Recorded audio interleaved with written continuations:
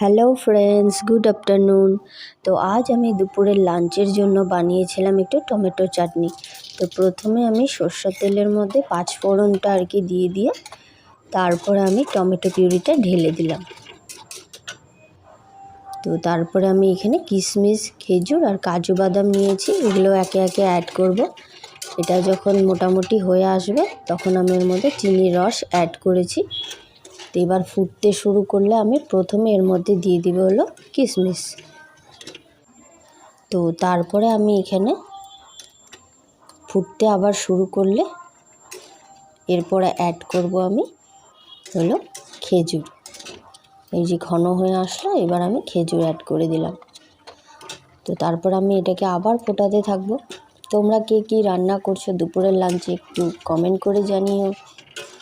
আমার এটা কেমন হয়েছে তোমরা একটু বলো। তো এবার আমি এখানে কাঁচা আনারস দিয়ে দিলাম আমি যখন গাঢ় হয়ে আসবে।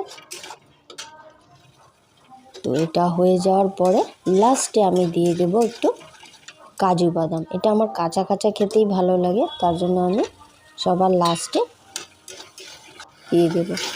তো ব্যাস আমার হয়ে গেল টমেটো চাটনি। তো চলো বন্ধুরা, টাটা।